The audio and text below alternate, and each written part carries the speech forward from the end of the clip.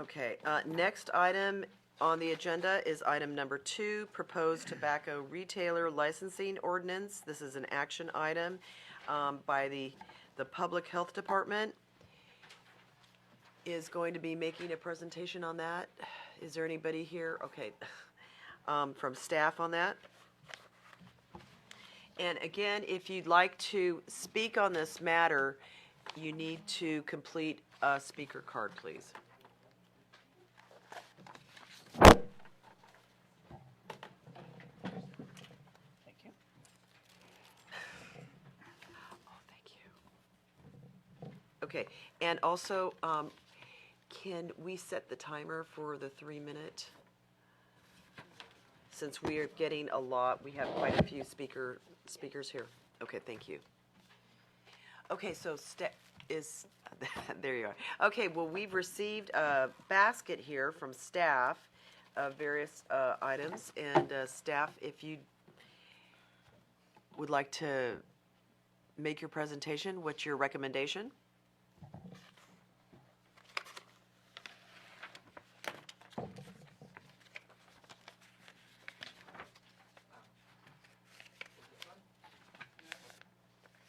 Oh, I think we might need to fix the microphone.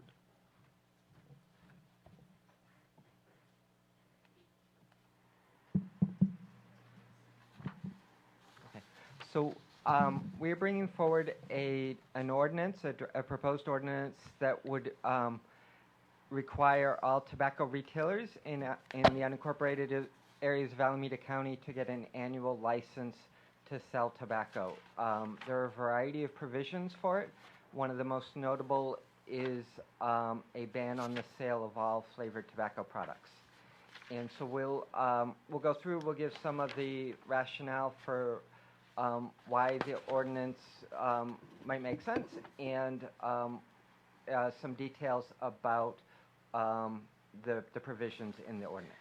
So excuse me, so there are 2 issues that are being presented. Is an annual license that you're asking the retailer to apply for and renew annually, and the second item is a ban on the sale of flavored tobacco? Or did I catch that right? Those are the 2 most notable.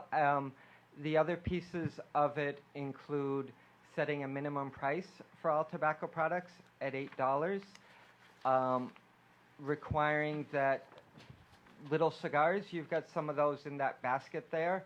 You see that they're in singles and doubles. The biggest one is a 6-pack, and all of those are really cheap. And so the ordinance would require that those products be sold in packs of 20 or more. And there would also be a ban. Any store that has a pharmacy would be prohibited from selling tobacco, and there would be coupons and price discounting would not be allowed. Oh, and there is a density requirement as well. But I think if we go through the presentation, probably be easier if that's okay. Okay, that's fine. I was just trying to make sure we understand what you're asking us to recommend. Yeah. Are we going to get the PowerPoint on the screen here? We're trying. Okay.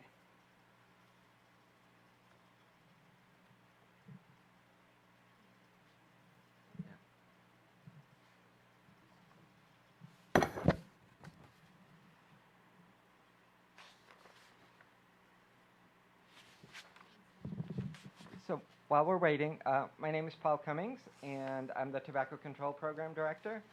Hi, I'm Rachel Gratz-Lazarus. I'm Senior Program Specialist with the Alameda County Public Health Department Tobacco Control Program. Thank you. And thank you guys very much for the time to speak tonight. And Could you speak a little more directly into the mic, please? Certainly. Maybe pull it in front of you. yeah, Thank you. and I could keep trying to make small talk if we're waiting for the... Well, we don't need small talk. I Okay. think what Okay. we need is to know exactly what is in the ordinance here, because my concern is that This was distributed fairly recently, and so there really hasn't been much of an opportunity to review it. And as you've identified, you've got several different items that you are recommending, and a minimum price, number of cigars or cigarettes per package, and then also a pharmacy is prohibited from also selling. Is there anything else that to identify? The other piece is that there are tobacco retailer density requirements, one of which would prohibit tobacco sales would be new retailers, not existing retailers, within 1,000 feet of youth-populated areas and 5,000 feet of existing tobacco retailers, and 500 feet of existing tobacco retailers, and it would also limit the total number of tobacco retail licenses to 1 per 2,500 residents.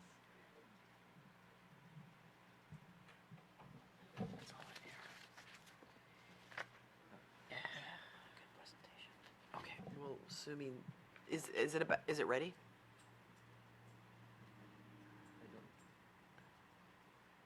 He's working on it. Want me to No. read this into the? No, I would like them. This is their presentation.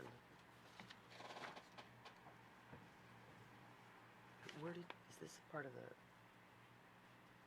I spent a lot of time digging.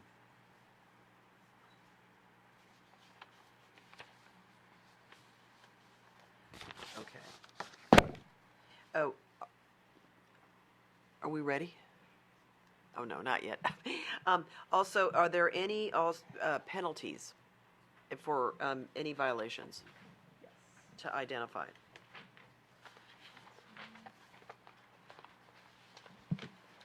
Yes.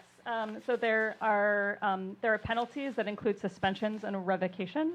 So the first violation of the tobacco retail license would be a 30-day license suspension. The second violation would be a 90-day license suspension. The third violation would be a 1-year license suspension, and the fourth would be license revocation. And that would just to be to sell tobacco, not all the products in the store. That would be a violation of the tobacco retail license, which includes selling tobacco. Right. Yes, Right. which is needed in order to sell Yeah, tobacco. but Correct. just the tobacco part. Correct. So selling their popcorn or something else like that does not count. Correct. Yes, it would just apply to the sale of tobacco Okay, products. thank you. Just a clarifying, just to clear, is it? can I- Yeah, go ahead if you have a question. Just a clarifying question. When you talk about tobacco and tobacco products, you're referring to vaping and you're referring to nicotine products. Is that correct? Whether it's tobacco or vaping or? Correct. Okay. The state of California passed a law back, I think, in 2016 that sort of designated all of those vaping products as tobacco products. Okay. Just Thank clarifying. you for the clarification. We're not going to get this. Is this not working, or, I mean, That's not working. There's Okay. also copies of the presentation in the back Sure. that can be passed out. that would be fine. And if you'd like to give that to us? Unless we already have it. I've got, yeah. I think Okay, I have that's, it. okay, all right, so we have that. Okay. So go ahead. Because we do have we have copies of Yeah, this. we have copies. Of this. And then I guess anybody in the audience, if you want to pick up a copy. So go ahead.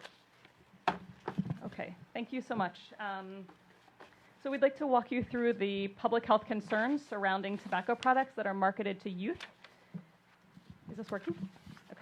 And demonstrate the need for local policy solutions that limit youth access to tobacco and provide an overview of the proposed tobacco retail licensing ordinance.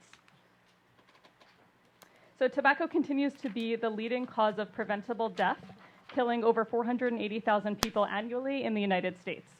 The vast majority of smokers begin tobacco use before age 18, and research shows that the earlier a person starts using tobacco, the higher the risk of addiction and the harder it becomes to quit. The tobacco industry uses flavored tobacco to target young people and other vulnerable communities. We know that 4 out of 5 kids who have used tobacco started with a flavored product, and youth are more likely than adults to use flavored e-cigarettes. Flavors such as grape, menthol, cotton candy, and gummy bear mask the harsh taste of tobacco and are highly appealing to youth. Over 15,000 tobacco flavors are available on the market. Some of them are in the basket that's being passed around. In recent years, there's been an explosion of flavored tobacco products, which has fueled the popularity of e-cigarettes, as well as little cigars among young people.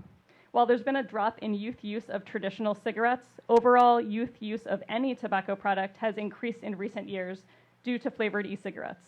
Here you can see on page 3 the surge of teen e-cigarette use nationally.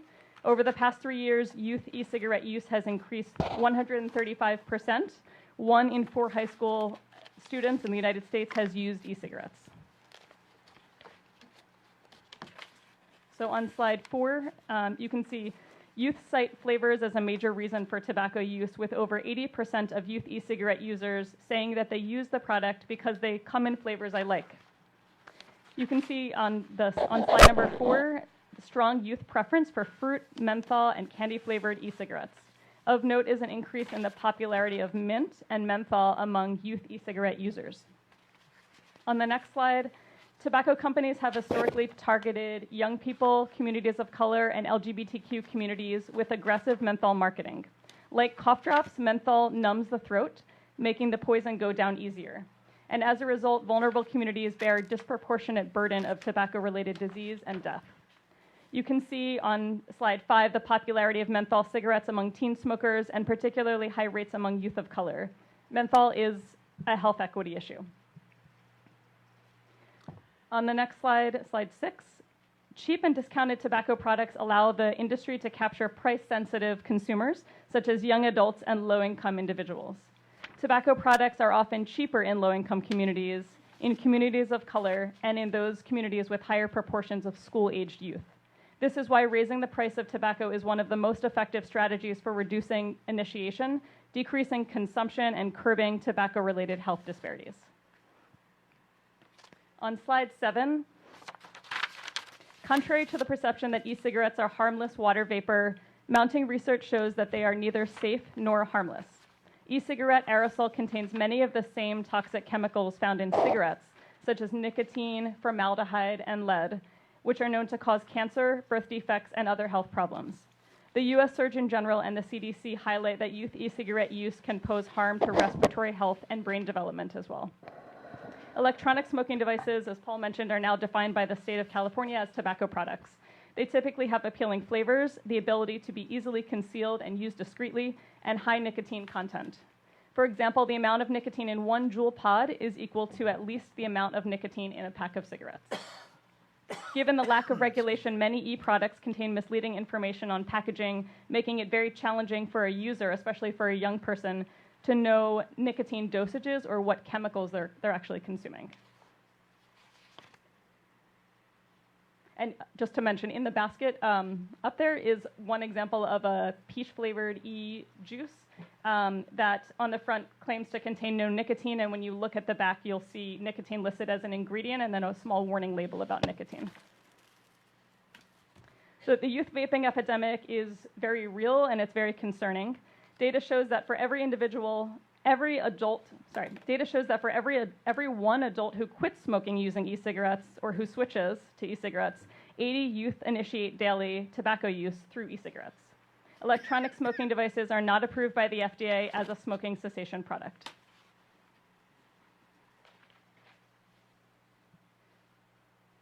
Local data shows that over 1 in 4 San Lorenzo 11th graders and over 1 in 5 Castro Valley 11th graders have used e-cigarettes. And I believe the data for Hayward is 32%, so that's nearly 1 in 3. And new countywide data shows that the vast majority of current youth tobacco users in Alameda County report using a flavored tobacco product. Despite statewide laws prohibiting tobacco sales to minors, over 2/3 of high school students who purchase e-cigarettes report buying them from the store themselves or from someone else that they know. Only 6.5% purchased online. This data is consistent with national trends, which shows that the majority of youth who use Juul flavor pods reported getting them from a physical retail location. That would be 74% of those youth who use Juul flavor pods in the past 30 days said that they obtained the device from a physical retail location, and 6% from the internet. Youth decoy operations conducted statewide last year showed that the percent of retailers who sold tobacco to minors. Tobacco stores and vape shops are among the highest offenders. A new 2019 state survey shows that nearly 50% of tobacco stores and vape shops failed to check ID when underage decoys tried to purchase vape products. Our understanding is that even this data may underrepresent sales to minors, as tobacco retailers are more likely to sell to youth in the community who they know. Results from a store observation survey of 72 out of the 115 tobacco retailers in the unincorporated Alameda County shows that 99% of stores surveyed sell flavored tobacco products, 97% sell menthol cigarettes, and half sell flavored electronic smoking devices. Price-wise, the same survey shows that 83% of stores surveyed sell little cigars and cigarillos in pack sizes as small as 1 or 2. The lowest price for a single flavored cigarillo was 49 cents, which is cheaper than the cost of a candy bar. Location of tobacco retailers also matters.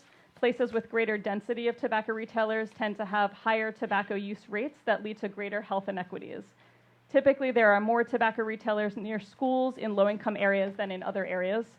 In unincorporated Alameda County, up to 71% of homes in the Eden area have walking access to tobacco stores, and up to 61% of these stores are in close proximity to schools. The best way to prevent tobacco-related illness and death is to keep youth and other vulnerable communities from starting to smoke in the first place. Strong laws like tobacco retail licenses can protect youth from accessing flavored and cheap tobacco products and are crucial to preventing a lifetime of tobacco addiction.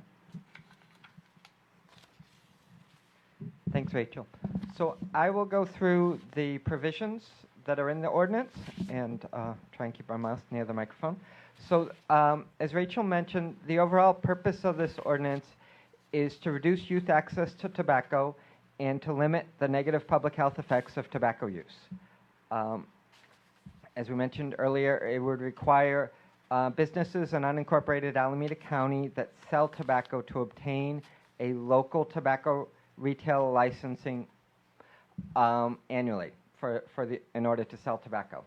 And the advantage of a tobacco retail licensing program is that it creates an enforcement mechanism and that it holds retailers accountable for sales of tobacco products.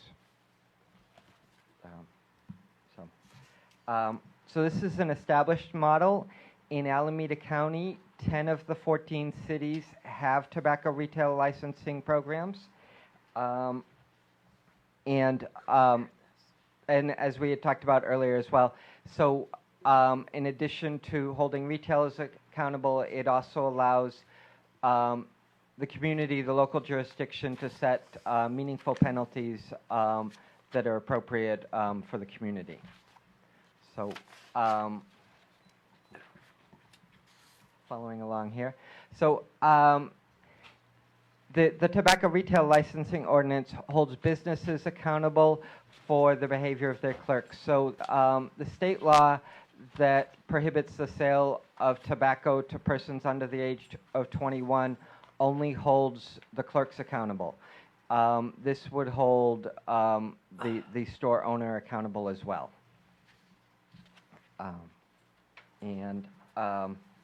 So the ordinance, the key provisions are, just repeat it, an annual license. They have to follow all state and federal laws and any local provisions set forward in this ordinance. So the main state and federal ordinances, laws, excuse me, are California not selling to persons under the age of 21, the various tax requirements at both the state and the federal level, and no self-service displays, no vending machines, which fortunately we don't see much of anymore. And then finally, cigarettes can't be sold except in packs of 20. And this is important because if cigarettes are sold as singles, as loosies, it makes it easier for a young person or any person to sort of ease into a nicotine addiction if they can buy them one at a time. And so having to buy the whole pack helps protect people from starting. Okay. Is there anything else? Or Uh, at this point? Yeah, he's got a lot more. Oh. Go ahead. Yeah. So some of this is similar to what we had said earlier, but so I think so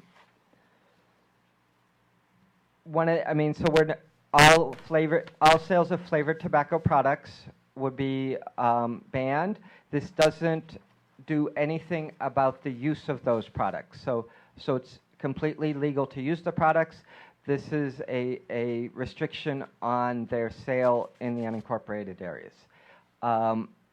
It wouldn't, at the moment, this ordinance does not address the sale of electronic smoking devices, but we may come back. There is a proposal as well to ban the sale of all electronic smoking devices in the unincorporated area. That would be similar to what City of Livermore is doing. It's not part of this current ordinance, but it is sort of a concurrent proposal. And again, that would be on the sale, not on the use. The pricing requirement would be $8 for a pack of cigarettes, a minimum price of $8 on a pack of cigarettes, a minimum price of $8 on a package of little cigars, and little cigars would be required to be sold in packs of 20, and $8 for a single premium cigar. And then again, there would be no redemption of coupons. The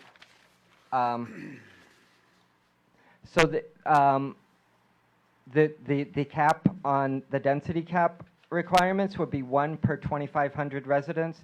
That's the same as what the state does for alcohol retailers. So it would mirror that. And then we had a couple of maps, which would have been much easier to see up on the screen, that showed the census tracts in Alameda County by socioeconomic status, and then we talked a little about what are the use-sensitive areas that are named in this ordinance, and they include schools, libraries, parks, playgrounds, youth centers, recreational facilities, and licensed child care facilities or preschools. And so we had maps, which you can see in the upcoming slides, but are a little difficult to see in small areas. But so what we can show is that currently a lot of the tobacco retailers are within 1,000 feet of those child-sensitive sites. All of those existing retailers would be grandfathered in. There are locations that are outside of either the 1,000-foot buffer from use-sensitive sites or the 500-foot buffer from other retailers. So at some point in the future, there would be space for new retailers to locate as well. Currently, we are over the 1 per 2,500, so currently there would be no new retailers until we got below that number. And then the violations, as we talked about, were first violation would be a 30-day suspension. Second violation is 90 days. A third violation is 1 year. And fourth violation would be license revocation. And so any violations would stay on a retailer's record for 5 years.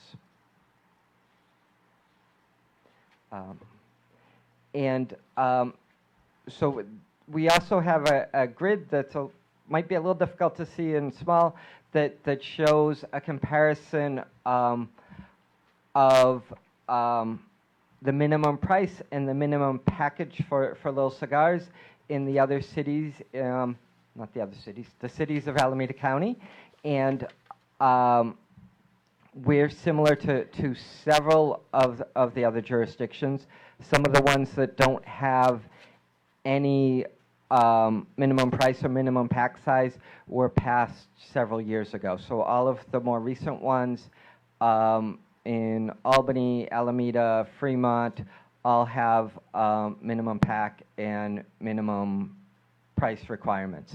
Livermore went a slightly different route and banned the sale of electronic smoking devices.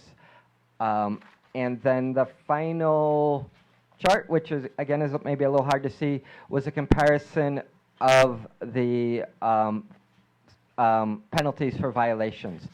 And we are pretty similar to a bunch of the other jurisdictions in Alameda County, and the same as jurisdictions that have adopted something in the past year or year and a half.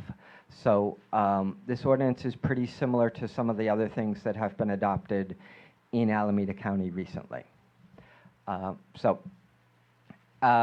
hope that I apologize that some of the visuals are hard to see and small. If there are any questions about those, we can try and walk you through them a little bit more. And if there are any other questions, we'd be delighted to answer them. Thank you. Does the board have any questions at this time? I Because do. we also have speakers too. Well, Sure. okay. Well, Yeah. let me just. Well, wait a second, Dale asked first. Thank I'm you. sorry. Oh. The chair recognizes Dale. Okay, thank you.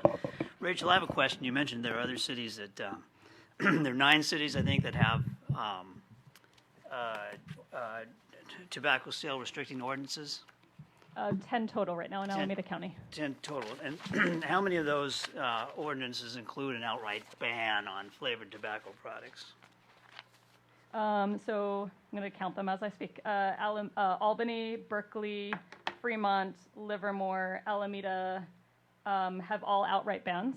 So that would be 5 other ones.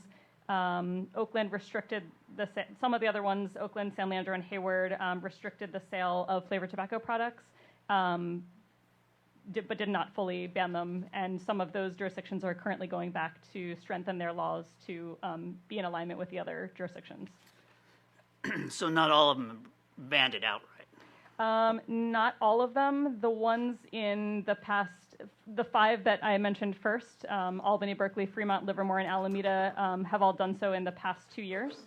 And then ones before that were weaker ordinances and are the ones that are going back to strengthen their protections. Okay, another question. How much is a licensing fee? What's the proposal for that?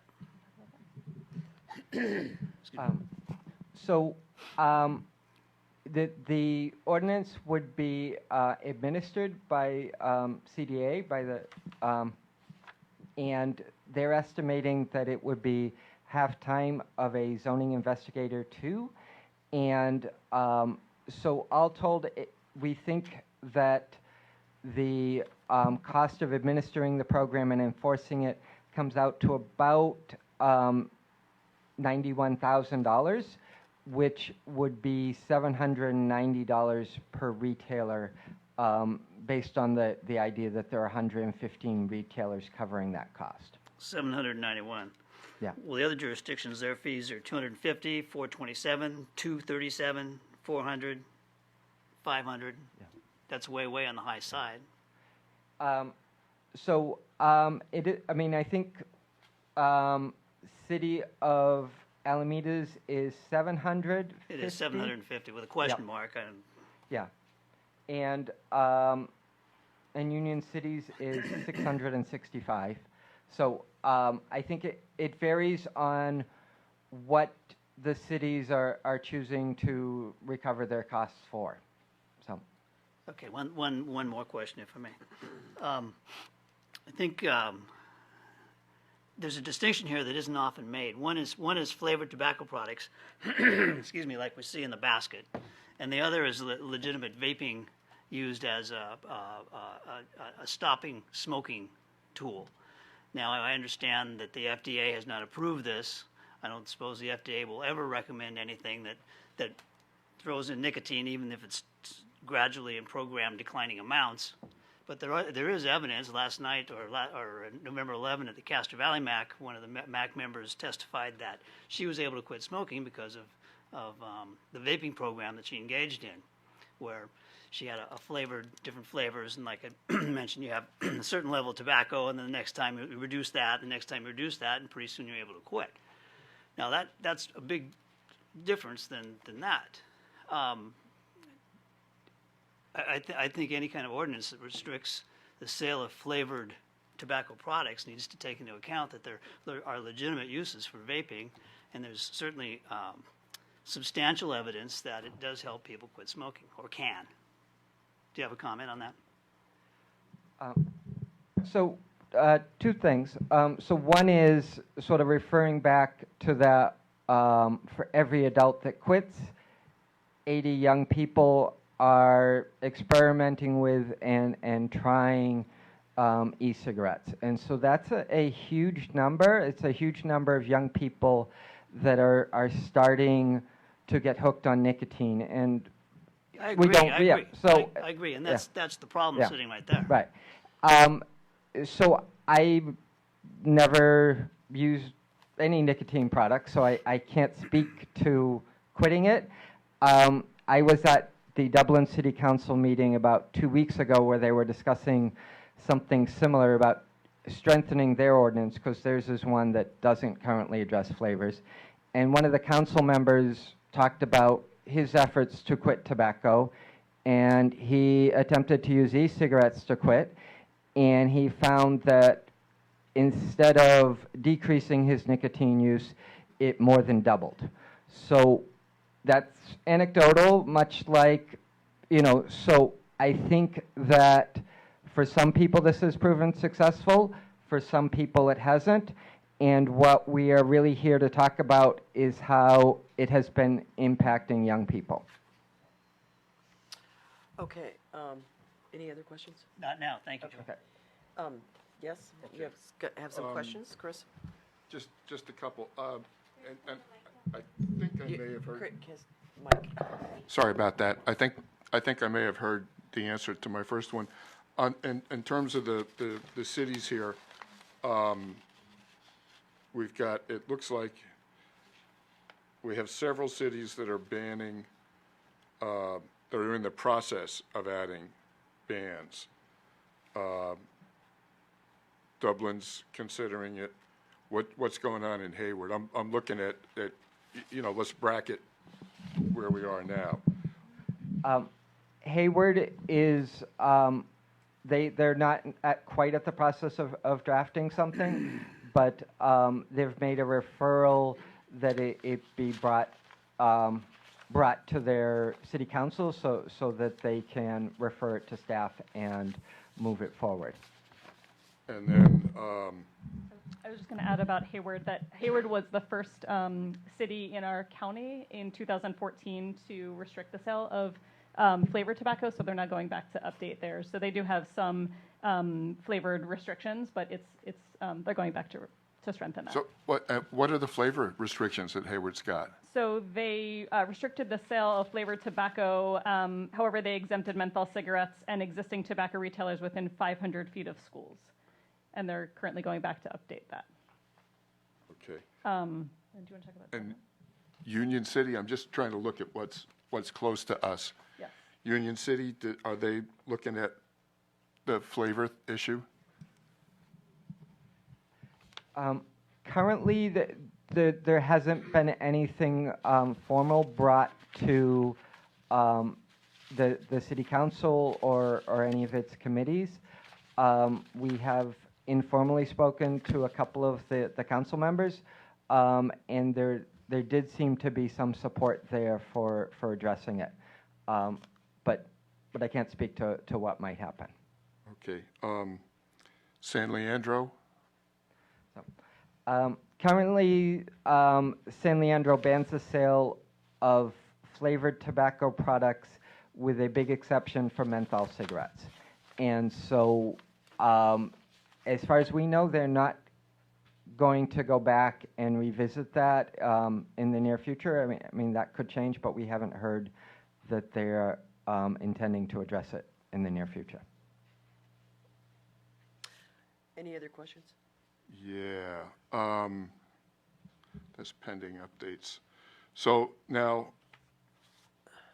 none of the vaping products are FDA approved, and there's no, I mean, are there any regulations about what goes into those, the chemicals that go into them? Currently, no. And then the FDA-approved products, patches and gum, those are, well, patches and gum are FDA-approved, and they come with measured dosage.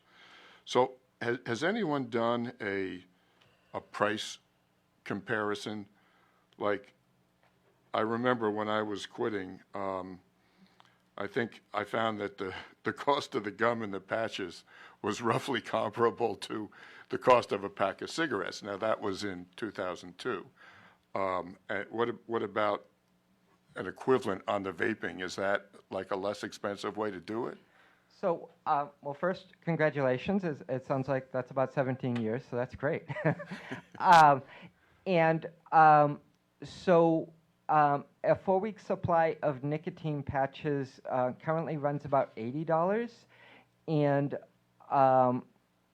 for Juul pods, I checked today at Walgreens, costs $32. And so,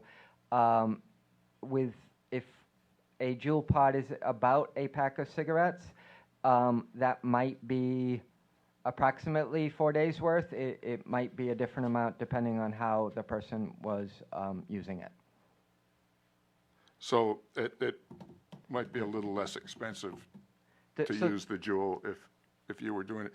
Is there, so when you get the gum and the patches, you get like a protocol that you follow, if memory serves me correctly.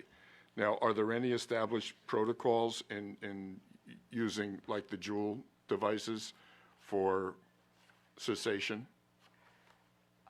Not that I know of, but I think, I mean, there may be things that people use, and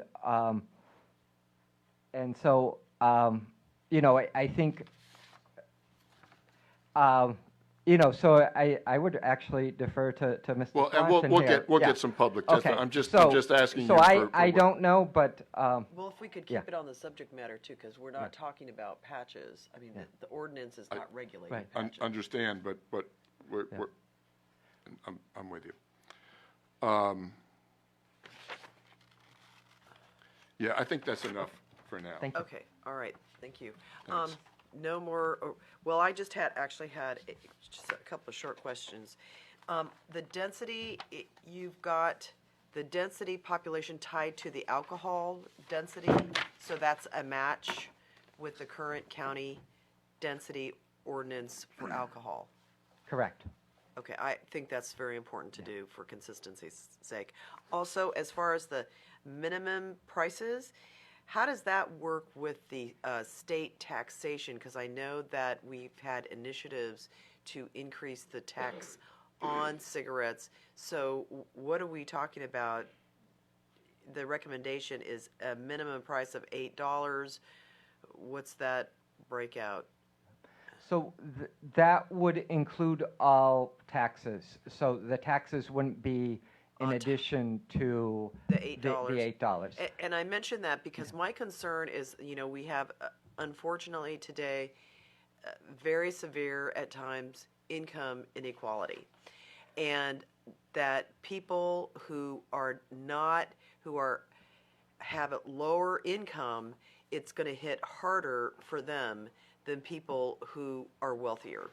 And that is my concern, that it's the people with less money who are being so-called punished, so to speak, or suffering more out of their pocketbook than persons who have more money, a greater disposable income. So I think that is an issue I'd like to hear about at some point, and you don't have to address it now, but perhaps after the public testimony, if you'd like to, because I think that is, the county should not be aiming towards people with the lower income, when the higher income people could go ahead and continue with whatever habits they choose to, and we're not targeting people with lower income. So that's my issue there too. So with that, I will open the public testimony, and you are limited to 3 minutes, please. And the first speaker is Elsa Casanova, and you are representing La Familia Basta. That's correct. Okay. Good evening, members of the Fairview MAC. As you know, my name is Elsa Casanova, and I'm a coordinator for Bay Area Strength Through Activism, also known as BASTA, which is a group of over 100 residents from the unincorporated area, youth and adults included, who are concerned for the health of their community.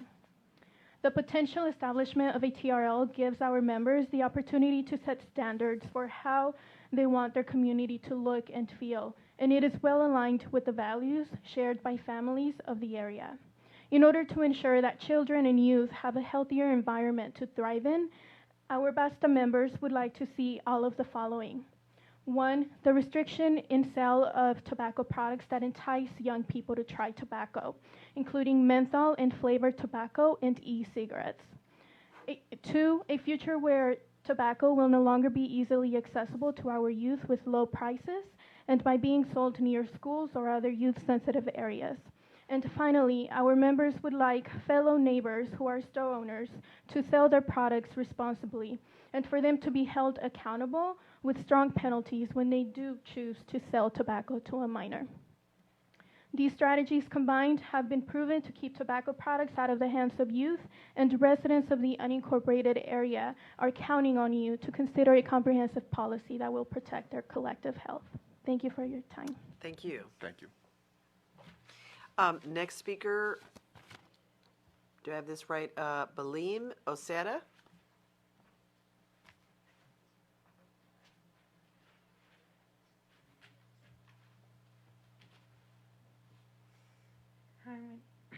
Hi, my name is Belem. I'm a resident of Ashland, and I am here to advocate because I'm personally. Excuse me, if you could speak up a little bit more in the microphone, and then that will be easy. That'll be easier for. Pardon? Do you want me to start over? Well, you can continue on. Okay. Go ahead. I've been personally okay, my bad. I've personally been impacted by flavored tobacco and used to think I was never gonna smoke, and then I tried it and I liked it. It's like eating a candy itself, but easier and with more damage. 4 out of 5 teenagers like me started with a flavored product, which internal tobacco industry documents show how tobacco companies have history of using flavor and to attract new users, almost all who are under 18. It's not hard to get this product. I've been to stores with some friends, and we can buy them easily and cheap. Data shows that only 11.6% of stores have been caught selling to minors, but from personal experience, I think it doesn't reflect the truth, which has to be higher. That's why I ask you to pass this license, because it is too easy to access tobacco and too easy to get addicted. Thank you. Melissa Ruiz. Good evening. My name is Melissa Ruiz, and I'm the Youth Advocacy Coordinator with Bay Area Strength to Activism. I think it is important to consider the positive economic, environmental, and social impact this ordinance will have in the entire unincorporated Alameda County. This policy prioritizes choice and opportunities that will pave the path for better health and more wealth in this jurisdiction. Today, over 17% of residents in Ashland and Cherryland live below the poverty level, which primes us for targeted storefront advertisements and coupons, increasing our tobacco consumption due to this environmental cue that prompts individuals to buy the products even when they weren't even planning on doing so in the first place. Additionally, what we know of substance abuse is that using nicotine at a young age can rewire the brain to become more easily addicted to other drugs. Nicotine alone can have other long-lasting effects on the brain of youth and its development, making it harder to concentrate, learn, and control impulses. This jeopardizes the ability of youth to make healthy and smart choices, which can take away opportunities for success. For youth who, out of addiction, shift their focus to consuming these substances rather than focusing on academics. We have heard stories of youth who continuously are stepping out of classroom to take a hit. And yes, Fairview youth are being exposed to this at their schools. We want to create a thriving environment where there's opportunities for growth and not one where we're feeding obstacles for children to succeed. If we prioritize keeping a toxic environment, that doesn't send a message to our youth that we care about them and the future success, which is reflected on the future economic growth of this community. I myself, I am pro-business. I am pro-business that adds sustainable value to this community. Right now, we have the opportunity to choose a new path instead of perpetuating a cycle of addiction and the perpetual poverty of people of color. I hope you choose a healthy and thriving environment for our youth and for the future of this community. Thank you. Thank you.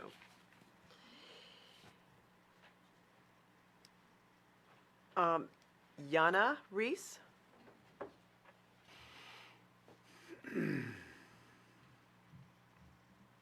Hello, Fairview Mac. Thank you for having us. If here you could today. speak up a little Yes. bit more in the microphone so we can hear you better. Hi, my That's name is Yana Reese. I'm a Fairview resident, and I am the advocacy coordinator for the Equity Initiatives Department at La Familia and Basta Bay Area Strength Through Activism. I am relocated to the Fairview area from San Diego, and one of the things I enjoy most about the Bay Area is the greater diversity. But on the alongside that, I have also been made starkly aware of the disparities and the severity of the socioeconomic gaps between communities located side by side with one another here.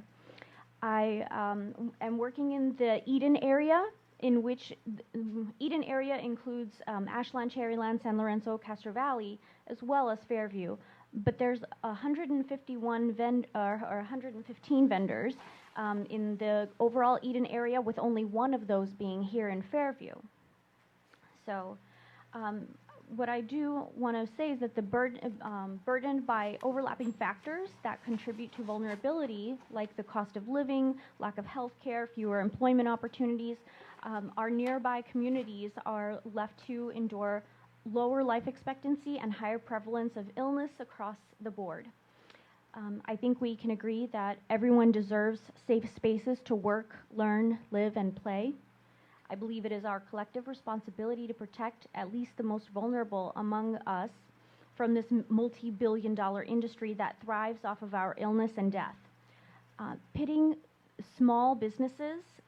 the small business sector of any community against the health of its own people, especially the youth, is a tried and true strategy by big tobacco to maintain their bottom line. This is essentially big tobacco dressed as a friend of the small business community. Whereas in San Francisco, we know that where there's over 700 businesses, none have closed since the passing of a tobacco retail licensing there in 2018. And, you know, with power comes great responsibility. You guys have the power to choose your people over profits. We ask you to be an ally and stand with both business and public health against the predatory multi-billion-dollar tobacco industry. Fairview has the opportunity to remain a healthy and thriving ally to our unincorporated neighbors. Thank you. Thank you. David Alga?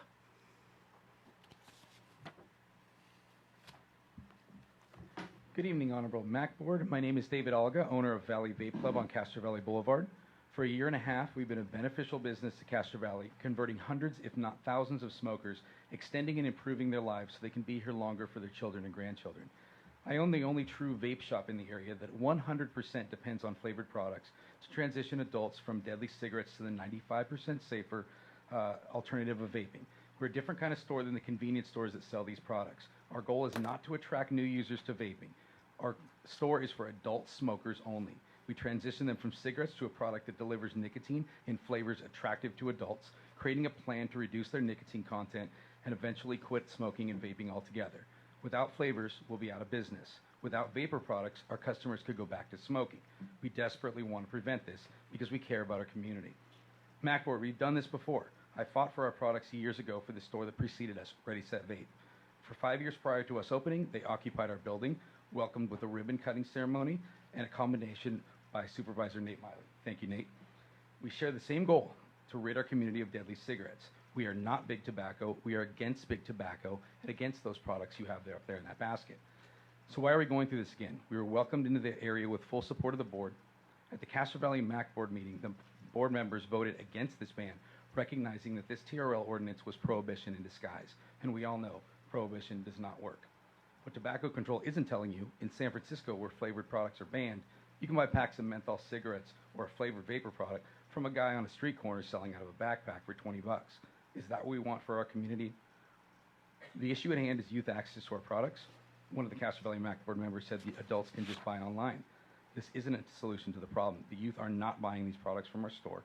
We ID every customer, and we welcome any sting operations you send us. Two more things. Tobacco Control mentioned that this is anecdotal, that people are using these products to quit smoking. There are 16 million people who have used vapor products to quit smoking. Adult lives are not anecdotal. I do welcome you to ask me any questions you have. I've been in this industry for 6 years. We have solutions that will work, and those are not prohibition. Thanks. Excuse us. Oh, we'd like to ask a question. If you could come back to the lectern. Thank you. Yeah, so, David, I kind of want to pursue the protocols. Are there like published protocols or anything like that in terms of how you use the vaping products for smoking cessation, like we have for the FDA-approved products? Well, they're not FDA approved yet. I believe that they will be at some point. The pathway wasn't really there for vapor products, and it's an excruciating fee. For each SKU, it could be up to $2 to $3 million, and it's usually like a 2 to 6 year process through the FDA, which vapor products have barely been around that long. We kind of, as vape shops, kind of create a program for people based on results, but there isn't an actual cessation program, and we can't, per the FDA, say that there are cessation devices or that they can help people quit smoking. We just try our best. So, what do you, if I come in and say I want to quit smoking, what do you do? How do you set me up? We'll try to find a device that feels comfortable for you, that mimics, what you did before. We'll find out how much nicotine you use and try to find a product that's similar, not giving people too much or too little.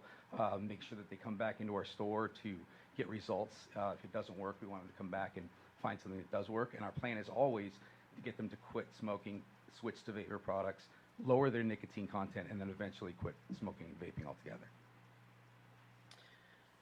Okay. And we have another question. Sure. You're welcome. What was that stat you threw out, David, about the number of lives saved due to vaping as you practice it, Well, present it? smokers who use cigarettes have a 50% chance of dying from an illness. That's Speaking to the mic a little bit more, please. Oh, sorry. Smokers who use cigarettes have a 1 in 2 chance, a 50% chance of dying from a smoking-related disease. There's 480,000 deaths every year from actual tobacco products. Our products contain no tobacco. So we were grouped in with tobacco products, but our products contain no tobacco, and we do have a good third of our products that have no nicotine whatsoever. So if the problem is keeping flavored tobacco out of the hands of kids, and your product does not have tobacco in it, what would you suggest? What's the answer here? How do we keep this stuff out of the hands of kids? Enforcing current laws. Right now, the kids get a slap on the wrist. They get suspended, which, is not necessarily a punishment. Giving some kind of a fine for possession, just like alcohol. If kids caught with alcohol, they can go to jail. They can get a fine. There is no really laws for possessing tobacco products. The school administrators don't know what to do because they don't want to suspend the kids. We can, practice education. We can give them community service, things like that. There are solutions that will work that allow adults to have these products, but don't, keep them out of the hands of kids. How about dealing with the retailer? We're for fines. You can come in and give us sting operations every day. We are, we have a lease. We are dependent on these products for adults to keep our doors open. We are scared to death of losing our license. We welcome, any higher fines, any suspensions or anything like that. We'll pass with flying colors. I have a question. You say that your products do not contain tobacco? Correct. Okay, so if they don't contain tobacco, how would this ordinance impact? There's still nicotine products, which were in 2016 grouped in with tobacco products. So we're considered a tobacco product because the nicotine is derived from tobacco, but it actually contains no actual tobacco. So the harms you hear about tobacco, people dying from them, nicotine by itself is just a stimulant. It doesn't contain the 7,000 chemicals that a cigarette does. Right. Okay, so have you, has there been any discussion that you are aware of on distinguishing perhaps your product from the products in the basket here? I mean, we'd love to. I mean, I'm against those products. I will not sell a tobacco product in my store that contains tobacco. My dad passed away from 50 years of tobacco use. I will never carry those products. So we're kind of a separate category, but this TRL is kind of a prohibition of everything grouped together. Okay. Okay, thank you. You got it. And our last speaker card is Bob Swanson. Thank you very much. First thing I want to do is congratulate the youth for being concerned about their peers and the use of tobacco. When I was 17 years old, I joined the Navy, and shortly thereafter I was off to Vietnam. I thought they were doing me a favor selling me tobacco at 10 cents a pack. It got me addicted. I now have COPD. It's serious. In 2005, I found that there was a vaping device. It was pharmaceutical, Pfizer's Nicotrol. And I go, my God, this is great, because I tried the patch and it would OD me. It would OD me on nicotine. Then I tried the gum, and I'd chew the gum a while, but then it would OD me. So I'd spit it into a plastic bag and put it in my pocket and hide it. And then when I needed more nicotine, I'd take it out and take a couple of chews, put it back in. With cigarettes, you can control the amount of nicotine because you take a hit, bingo, you get a little nicotine. So I got on the internet and found out this Pfizer product exists. It's approved by the FDA. It's a vapor product. So I went and talked to my doctor at Kaiser, and he said, well, it's not part of our formulary, but I'll give you a prescription for it because you got to get off tobacco because you're dying. And so I went down to Walgreens. I got the vapor device. I made a rule that I would use the vapor device during the day when I was working at the Board of Supervisors, and at night I would use tobacco.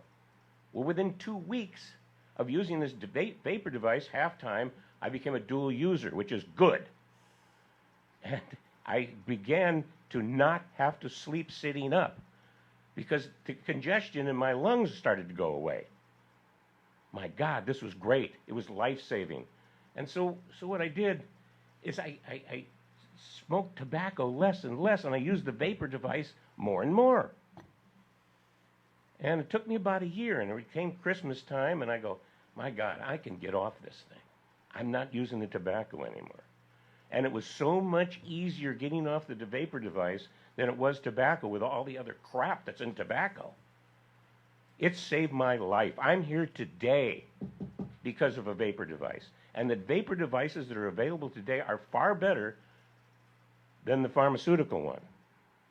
They're just much, much better. They simulate smoking better. You get the hand movement.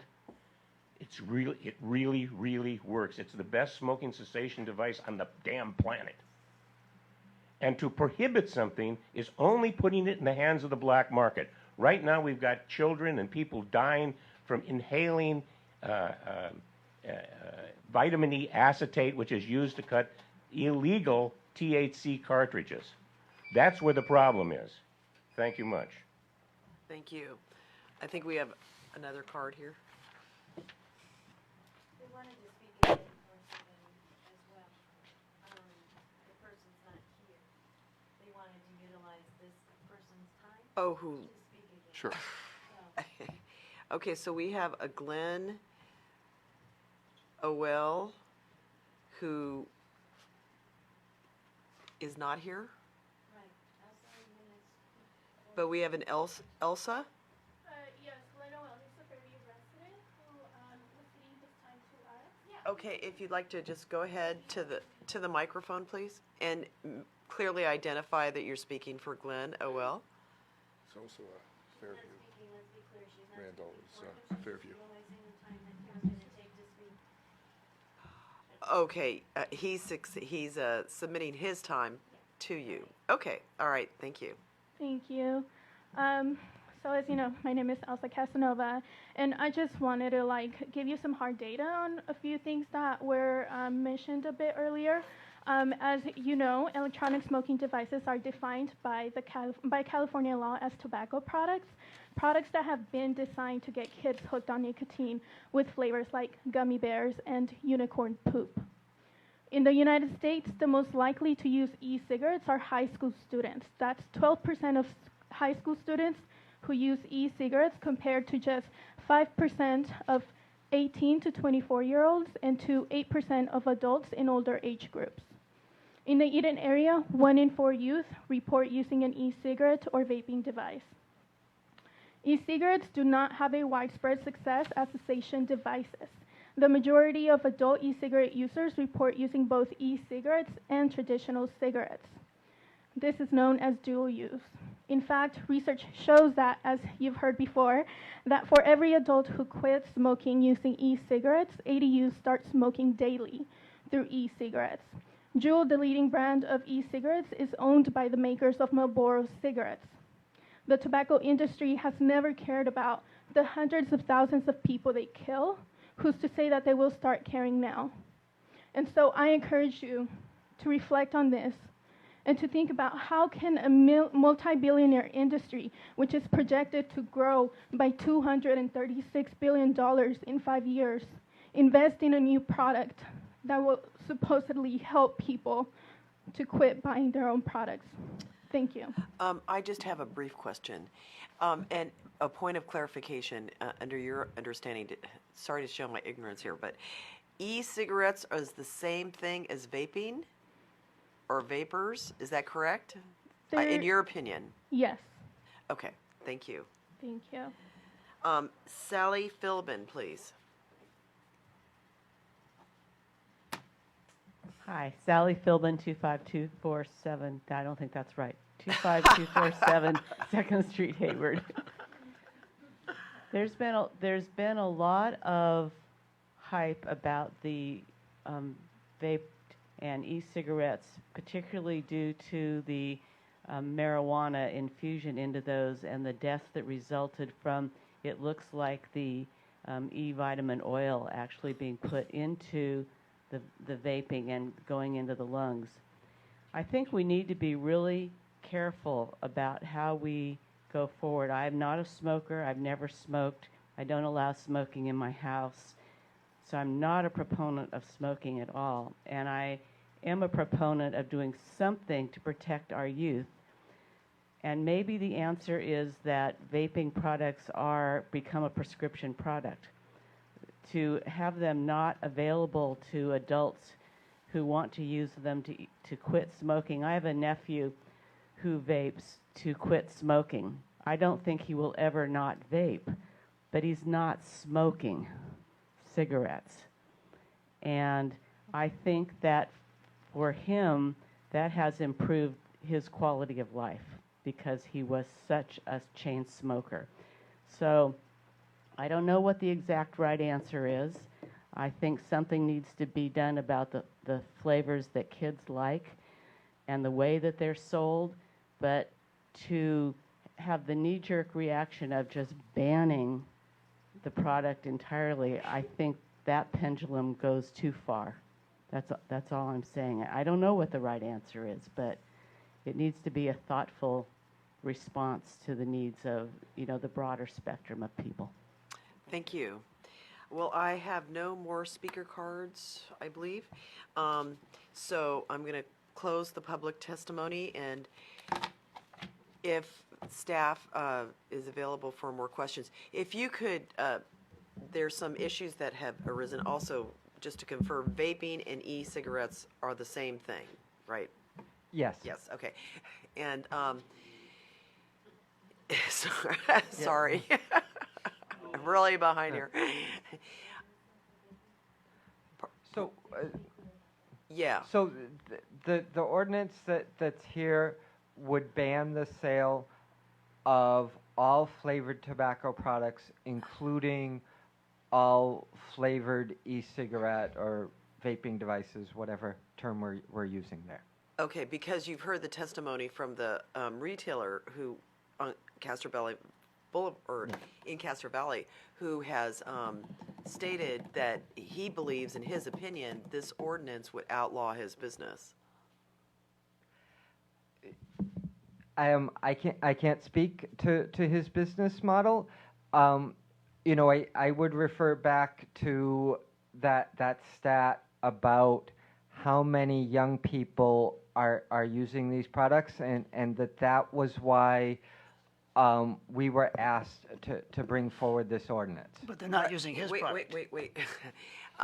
So that's the point, though, is to try to distinguish between what products are we aiming at, because I think everybody is in agreement the products in the basket, all the singles, not the packages or the boxes,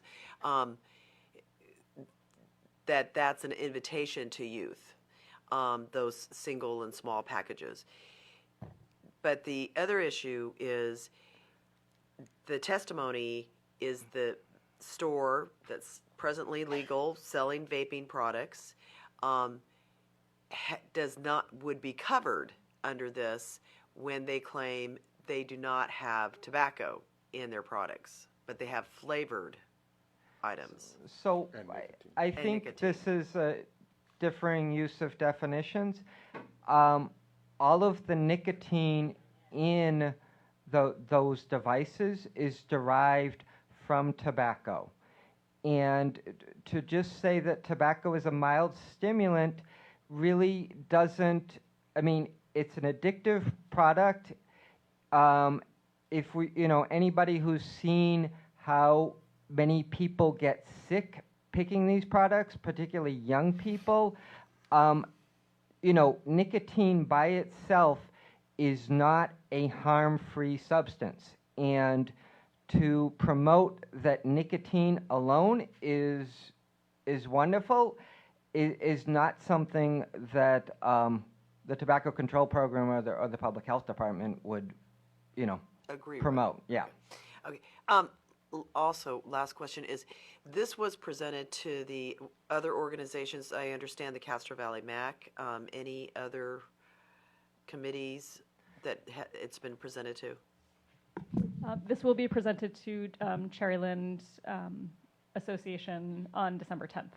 And it's also been heard by the Alameda County Health Committee, Alameda County Planning and Transportation, and will tomorrow night be heard by the Unincorporated Services Committee. Okay, and so the only other organization that has heard this so far, or it's been presented to, is the Castro Valley MAC, is that correct?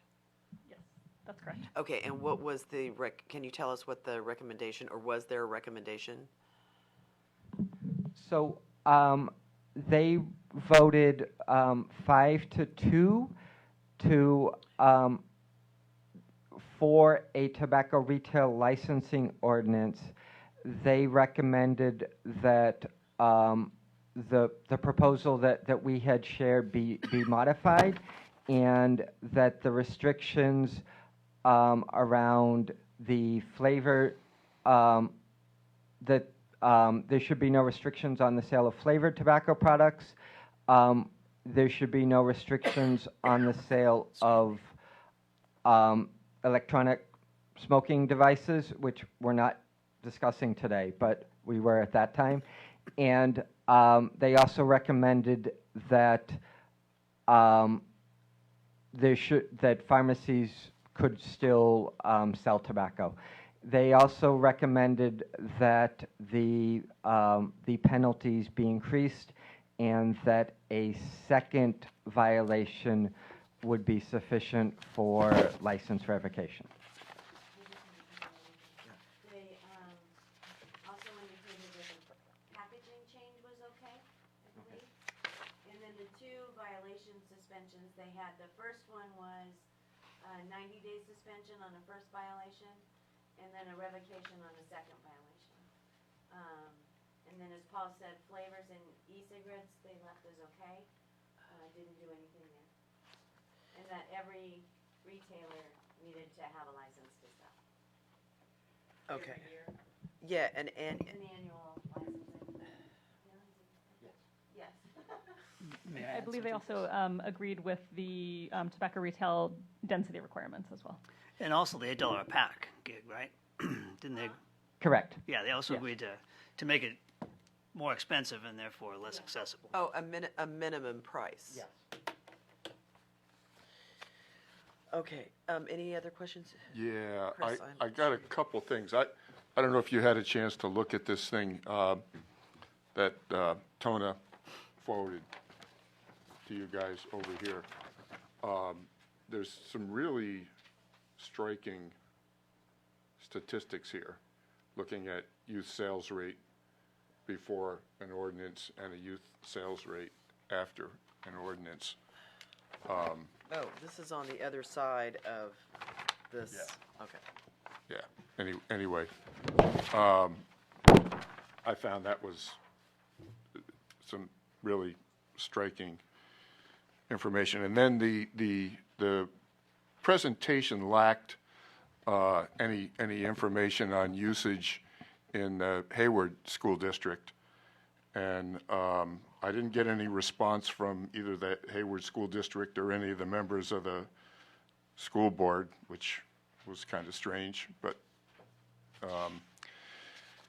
anyway, the other thing that was in that package from that you got yesterday, where I think we're seeing in Hayward the numbers are a little bit higher than the other.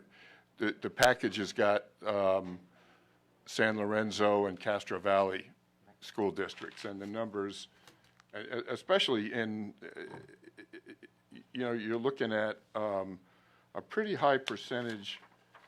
What is it? 47% of the 11th graders think that, vaping is pretty safe, right?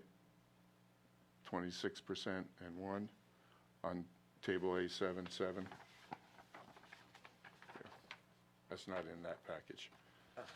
My concern was that we didn't have anything on Hayward.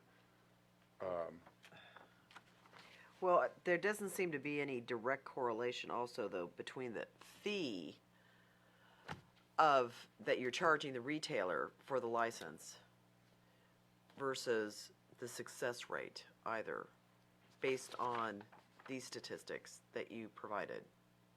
Well, that particular one, it's interesting. There's a footnote here. These places with the lower fee, it looks like they're using alternate funding sources, right? It says have you guys looked at the?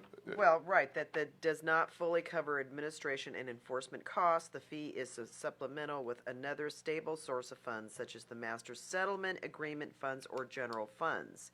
So is there other source of fees to supplement the enforcement purposes?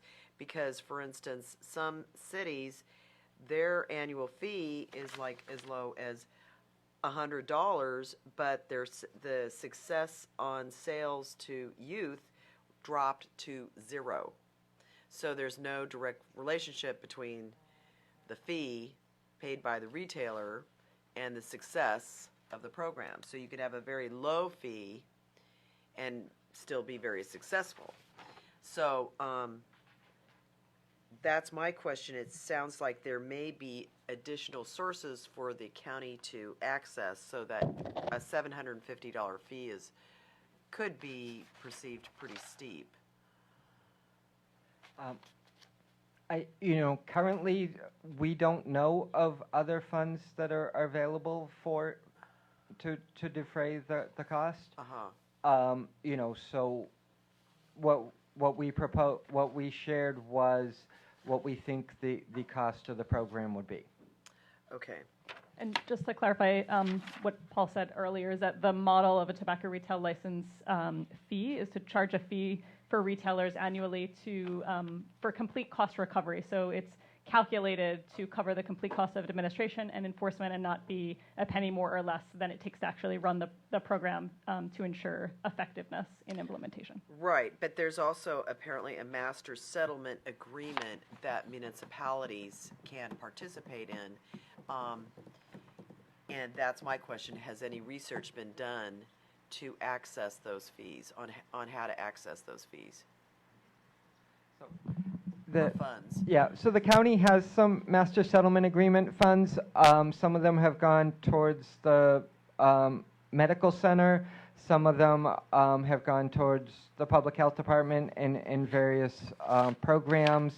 And I believe some of them went towards the Alameda Alliance for Managed Medi-Cal. I don't know that there are any of those funds available for this at this time. You know, that's not a question that I could answer. Okay. Finish up. Oh, I'm sorry. Yeah, okay. So, now Oakland, Oakland restricts the sale of flavored tobacco. They don't ban it. Is that correct? Well, so they they created an exemption for adult-only retailers. So stores that were saying they only sold tobacco products and were only selling them to adults. Those, when the ordinance was being drafted, the perception was that there were between 2 and 4 of those. There are currently 52, and most of them have cropped up in East and West Oakland. Some of them are really weird in that sometimes people have built new rooms inside of their stores and said, well, that room is our tobacco store, and this part of our store is not tobacco. So it's created a whole bunch of hoops and loopholes, and the Oakland police officer that administers it said, you know, it's really hard to do this because I'm not an accountant, and you're asking the police department to be an accountant to look through all of these receipts and stuff. So, you know, a couple of the city council members are interested in eliminating that adult-only exemption, and it's probable that would go to a vote in the spring of 2020. So, I'm kind of where I'm going with this is I'm looking at, and I've been by the vape shop. I kind of did my homework, walked around, talked to some retailers, and you know, I know, you know, from going in there that it's, you know, it's not like it's a reputable business. I mean, let's face it, and they only let, you know, Adults only. people of the appropriate age. Right, adults. Yeah. Anyway, it seems like, you know, the danger is getting this kind of stuff out there in the mom and pop stores where the kids have access to it, and I think you correct me if I'm wrong, but I think that the vast majority of the violations to the existing regulations are in more of the full-service kind of stores. I know the Arco station at Center and Grove had their tobacco, I guess it's a state license. Their tobacco license was revoked for a while. Not sure about. I can't speak to Arco. You don't know? But just to clarify the other point that you made, the vast majority of stores that are violating and selling to minors from a statewide survey in 2019 are tobacco stores and vape shops. So those are the highest violators of tobacco sales to minors. Okay. I'm trying to, you know, I'm trying to find a way to accommodate, I don't know, divide the baby or whatever here, so.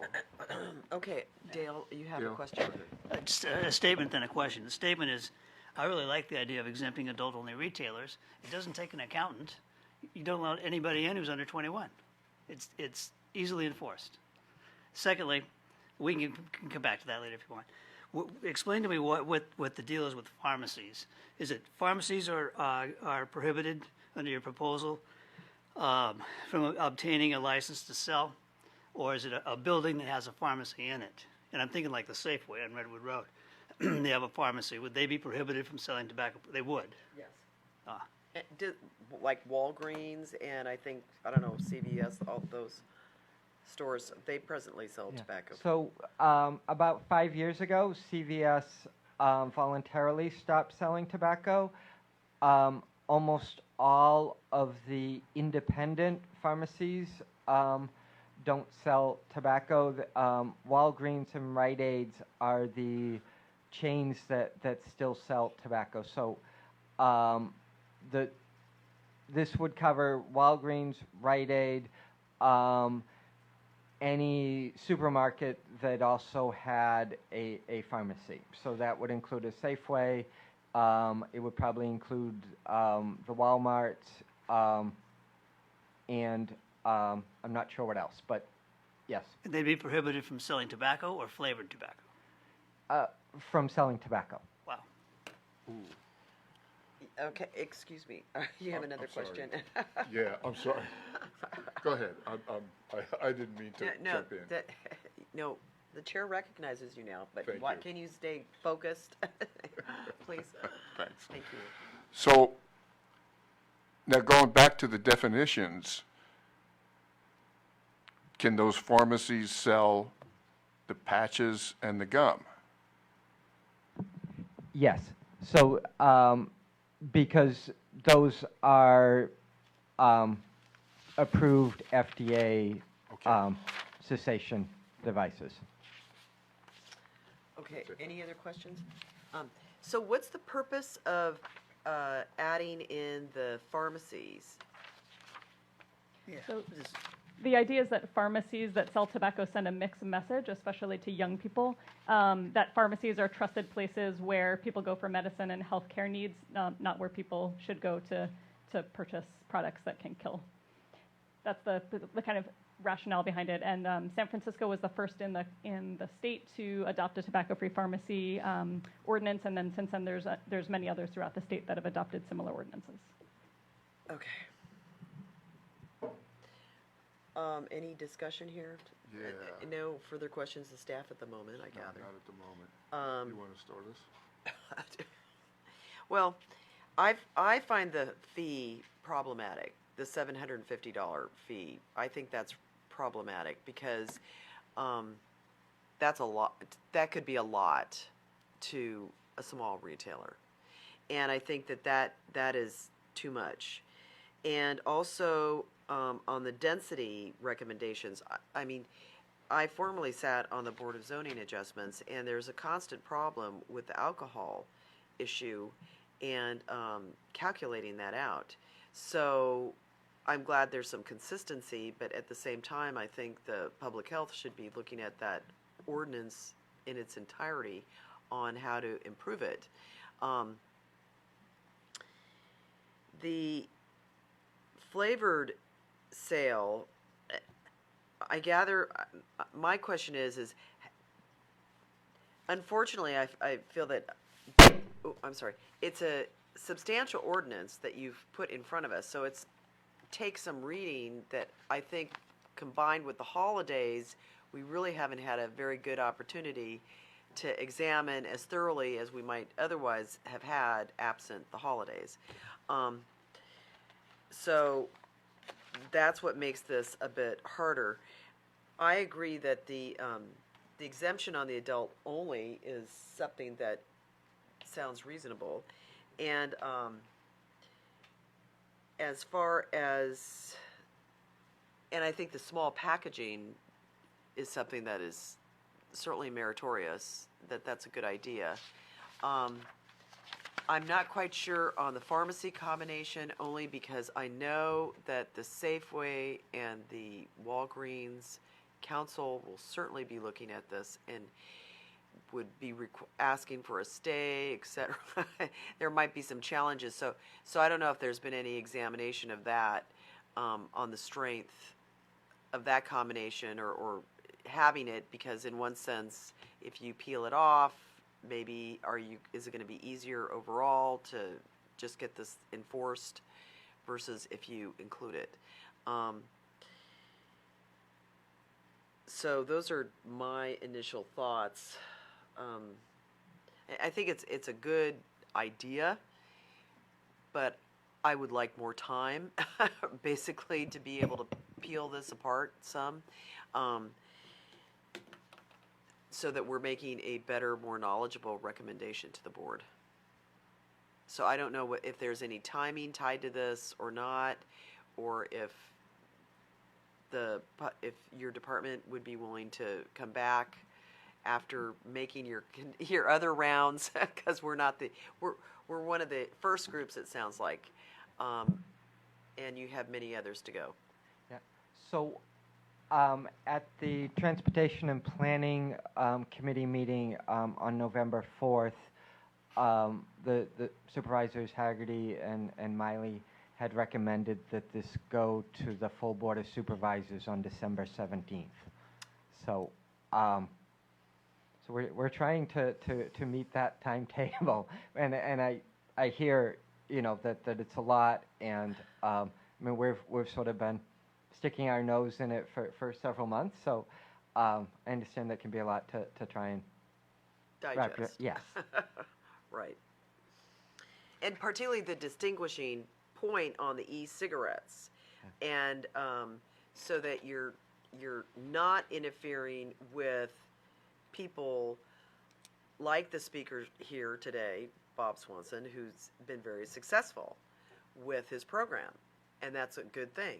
And we don't want to be interfering with that program. So that's my concern too, is how do you dice this so that you're not interfering with those types of programs, and you're not interfering with the retailers who are not selling to children, but are selling only to adults, and you're not financially burdening a small business who's every dollar counts.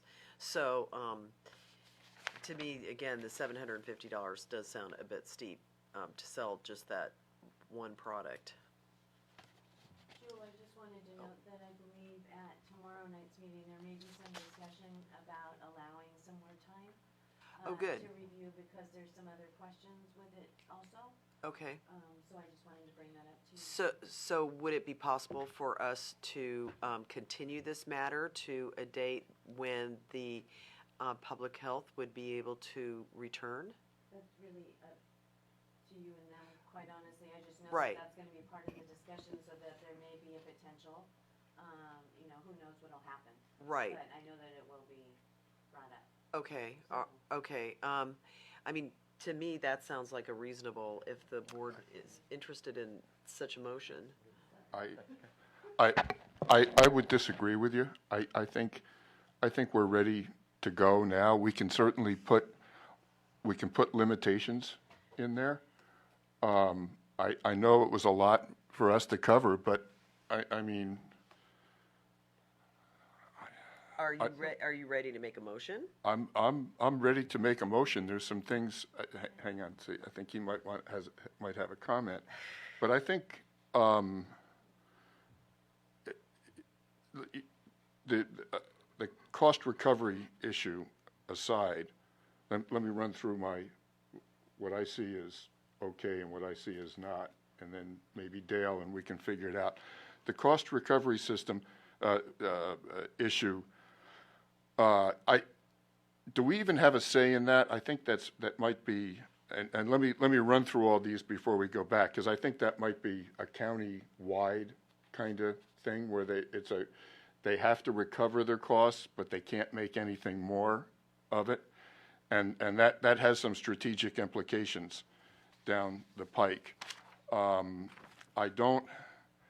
not necessarily bothered by the pharmacy issue, because I see, as I did my research, I see all over the place. If we don't kind of crack down on this stuff, we're going to become the dumping ground, just like we have been for alcohol. I mean, all the areas around us are doing this, so it's all going to come and just like we got with I alcohol. don't think anybody is saying, no, don't do it. It's So, just so an let me, issue. let me, let me, Yeah. let me finish up, okay? So, and the pharmacy issue, I'm seeing that, going out doing my Google searches and stuff, and it's just coming everywhere. I mean, it'll probably happen without us doing something. But can you state what your motion would be? Okay, my motion would be to endorse the product. The flavor issue, I think we should limit it to adult-only stores, and I think we can put language in that prevents abuses. It seems like, if it's an adult-only store, is not the back room of a convenience store, right? And I know there's got to be legal ways to say that, because again, in terms of a burden on the small businesses, I did talk to several small businesses. The closest one was, I left a package for Paul at the one on East Avenue, but the little market on D Street, I sat down and talked to them. They've got a couple of stores in the community, and talked to them about the vaping and the like, and they didn't see this as a hardship on them. As a matter of fact, they said, if we had to pull all the vaping products off our shelves, it really wouldn't impact our business model. So granted, that's anecdotal. I only talked to 2 or 3 businesses, but they weren't bothered by the proposal of that fee. So what is your motion? My motion is to accept this, but allow adult-only stores to sell flavors. I used candy when I quit. So. Okay, so the question, though, is going to be to define what is an adult-only store. That's the staff's. Because if you sell so basically the grocery store on D Street you went and visited, who also sells potato chips and candy, is not an adult-only store. Right. So they would be arguably prohibited from selling the flavored. But if you have a store that does not sell products to anybody but adults, like no potato chips. Right, yeah. Then they would be authorized to Right. have flavors. Okay. Anything else? That's it. I sense a little bit of disagreement here on the pharmacy issue. I would just as soon we just say, no, you can't sell it in a store that's got a pharmacy in it. If it's Safeway or Walgreens. I'm not entrenched in that. Is there anything else that you'd like to add? I mean, is it? No, that's it. Okay. Do we have a second? No, I have. May we continue the discussion? Well, we need a second to. Well, I'm not going to second a prohibition on the sale of all flavored products. I don't think that's an effective way to keep it out of the hands of kids. Well, I think what I was moving was that we could have the adult-only store sell. Well, how about the 7-Elevens and? No. So you're advocating a prohibition of the sale of all flavored tobacco products except for adult-only stores. Correct. Ah. Okay, so we don't have a second. Right, so the motion dies. Okay. So my motion, well, let's see, do you have a motion? I do. Okay, and what is your motion? If we turn to page 21 Of which document? of the slideshow, Of the slideshow. their presentation, which, by the way, Paul and Rachel, it was a great presentation. You did a good job. You've done a good job speaking it, so thank you for that. Is slide 20 or 21, from slide 21. proposed local TRL requirements? Yeah, number one, I move that the MAC endorses the concept of no selling tobacco without a valid local TRL, which would impose the system of fees. Then skipping down to 22,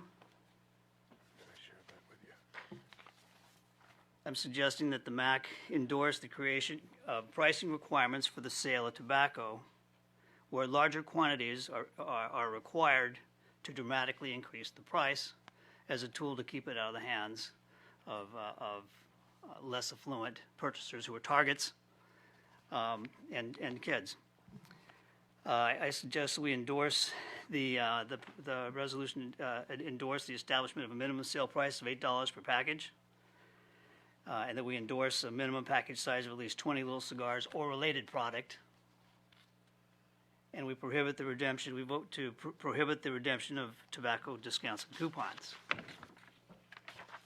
Continuing with the resolution on page 23, we endorse in entirety, no, not entirety. We endorse the creation of tobacco retailing density requirements. We endorse them as presented. And we take a pass on prohibiting tobacco in pharmacies. If that's important to you, Chris, I'll. Well, let's put that aside. Let's work on what we agree on, right? Okay. And then, What about the limits the total number of retail licenses to 1 per 25? yes, absolutely. And you're including that too? Yes, I am. And then in terms of, over on page 34, or slide 34, concluding with how to deal with retail violators, I would endorse what the Castro Valley MAC did, and I think it would be good for the two of us MACs to go in together on this. And that is that the first offense, there's 30 days. The second offense, there's revocation. They lose their license. They can't appeal this to the BZA, but is it 90 days on the first one? Yeah. 90 days. Okay, well, that's too long as far as I'm concerned. But that's 90 days, and the second one is revocation. And then the last one is that an exemption be carved out for adult-only retailers. So that's my resolution. And the exemption for the adult-only retailers, all of this does not apply to them? That's correct. Okay, so they don't pay a fee either? Well, no, they would pay a fee. So how do we word that? Adult-only retailers are exempted except for the fee. And again, an adult-only retailer, it's easy to define. If you're under 21, you're not allowed, just like a bar. So the adult only, are you exempting them from the density requirement?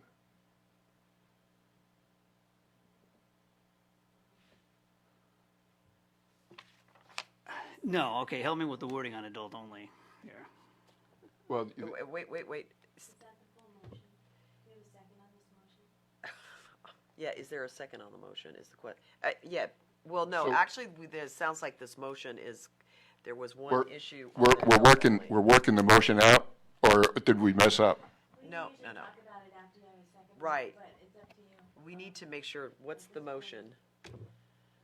Well, the only part of the motion I think is unclear is what we do with adult-only retailers, right? And pharmacies. No, Right. we're leaving and pharmacies aside. Okay, all right, so adult only, okay. Uh, If you make the motion, we can discuss it and take a friendly amendment. He's making it. Okay, I'll stay with adult-only retailers are exempted except for paying the fee. Okay, and do That's we the have resolution. do we have a second? I'll second it. Okay, so we have the motion on the floor and the discussion. So, are you looking for a friendly amendment for?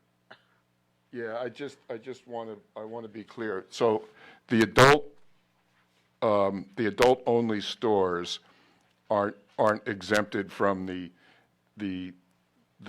ratio, the population ratio, or the distance ratio. That's not my intent. So you would include, your friendly amendment would, they're included as part of the density? Yes, it would. Yes, it would. Okay, so. Thank you for that. So They're and you part of the accept that? density. Yes. Right, So okay. that's accepted. Yeah. Okay, and then let's talk about the pharmacy.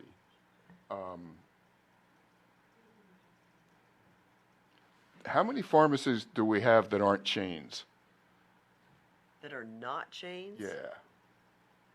Zero. I'm not aware of any, hardly any. I don't know what staff has any knowledge on that. The public testimony's closed. I don't, Tona, do you have a suggestion? I Oh. just had a question. Okay. So, we might have missed it, but you didn't address, flavors. Yeah, thank you. Yeah, he did address flavors, though. Because it's where? None of us have it, so that's why I asked. Yeah, no, the Members didn't. Okay, Tona's question is, I didn't address flavors. I thought you did. If we endorse no selling tobacco without a valid local TRL, does that not, No. It No. could, but you sort of skipped to the next page, so I think we thought that you weren't suggesting any regulations of flavored tobacco products. Or, If I'm understanding, No, that wasn't my question. But they didn't speak to it at all? You know, you asked about the CD Mac, right? They were kind of clear about the flavors, about whether they wanted to or not wanted to. And I remember listening to that discussion, and I just noticed it wasn't about that. It was like you just didn't address it, and so I wanted to make sure that we wrote that piece correctly. That you either didn't want to, and you weren't dealing with that, or you do. well, I want to. Would you suggest how we should amend the resolution? well, okay, so if you want to address the flavors, the question is I'd say, how do you address the flavors in the basket, so to speak? But it sounds like the flavors in the vapors, the e-cigarettes, are what we've heard the testimony on that have been helpful for some people. So,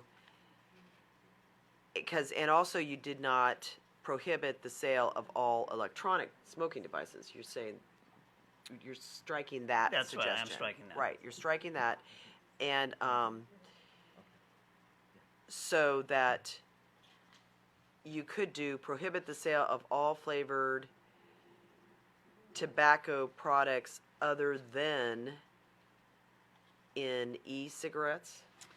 Well, but That's one way to address it. I mean, does staff have any suggestions? the flavored. Wait, let staff, I asked a question to staff, please. so we hadn't looked at what an adult-only exemption would look like. So. You guys raised it. So I don't have any sort of clear recommendation at all. I would say if anybody were going to move forward with any sort of recommendation about adult-only exemptions, it really needs to be very, very clearly articulated because what we saw in Oakland was not real good. Okay, what about the question, though, about the flavored products and distinguishing between prohibiting the sale of all flavored tobacco products other than in e-cigarettes, the vaping? and I would just that'll- refer back to the product. One of the products that's used the most among young people is flavored e-cigarettes. I just wanted to make sure that was clear. Okay. So, I have go ahead. no, go ahead. Wait a second, I'll decide that. Okay. Okay, go ahead, Dale. If I suggested an amendment to my resolution where it says, no selling tobacco products without a valid local TRL which restricts the accessibility and distribution of flavored tobacco products. So you, Okay, I'm getting a nod. Don't stop nodding. okay, the question is, Tona, your question is? so the intent is to ban all flavors, No, restrict. restrict in what regard? Yes. Well, for one thing, we're bundling packages so that the quantity is so large that it increases the price dramatically. We're creating pricing requirements for the sale of tobacco. Okay, but what about, What's that got to do with flavor? Well, that's what we're talking about here. Create pricing requirements for the sale of tobacco. It doesn't say flavored tobacco. Paul, Well, the flavors came up, I think, with part of the discussions previously, right, about menthols, and then from there it went. the flavors are the in general as it relates to kids, young people, right? it creates pricing requirements for the sale of flavored tobacco then. So we have no selling tobacco without a valid local TRL which restricts the sale of flavored tobacco products and creates pricing requirements for the sale of flavored tobacco where larger quantities are sold at one time or required to be sold at one time to increase dramatically the price. Okay, and so that's gonna include, though, flavors for e-cigarettes. Which is fine. Okay. Because you're not, before you said prohibit the sale of all electronic smoking devices, so you're suggesting not including that. That's right. Okay, we're just trying to be clear. That's right. Thank you. I mean, is staff following this too here? Well, we're just talking about, I said, so the way that Dale said it was, you want a TRL set up in a way in which it restricts flavors, Correct. period. That's right. Well, there's an exemption for adult-only retailers, but there'll be a process for defining what that is. Not, maybe. We don't have to do it now. I'm sure that others will. That's But you impo- want some sort of restriction on flavors. Yes. Right, Isn't that what it's all about? Restricting flavors so kids don't get it? right. right, so you can only sell the flavored stuff in the adult store? Is that? You didn't say that yet. No, he did, because he said the adult store only is exempted except for the fee and the density. Right. So that's correct. Okay, But, just to be clear also, this adult-only piece is not part of what they've presented at all. no, I realize that, but that's our endorsement is. the that's what the motion, yes, the motion, Adult-only exemption be included. right, that's what the motion is suggesting. Right, right, okay. Chris, you have a question? Yeah, I have Discussion. a question and then a procedural thing that we probably should talk about. If we restrict, if we drop the adult-only store restriction from, if we don't limit them, but, we let them, don't have the population cap on them, are we inviting? He is saying to include that. Yeah. Oh, included, Yeah, okay, right. okay. So now, just a procedural thing, and let me defer to the staff on this. I don't know what the bylaws say. There's 3 of us here today. For this to pass, do we have to be unanimous, or? No, we had some majority. You have a quorum. Yeah, we have a quorum, it's a majority. 2 will win. Okay, because Yes. that's not Yes. the case for the planning commission. No, it's But- not. Well, it wasn't then.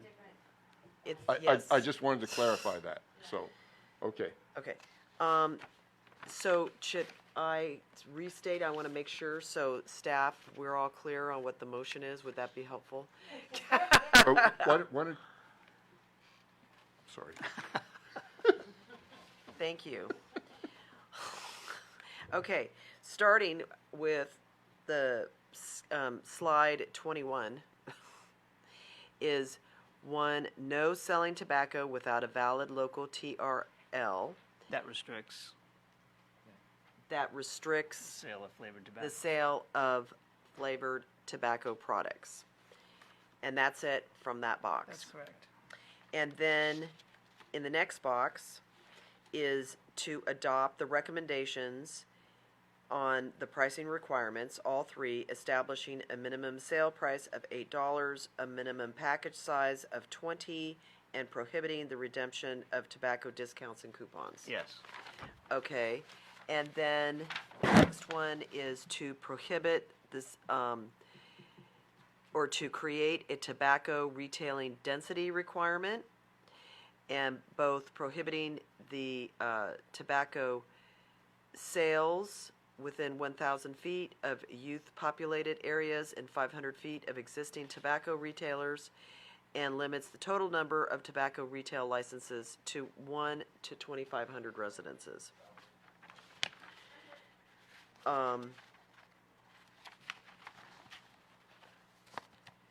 And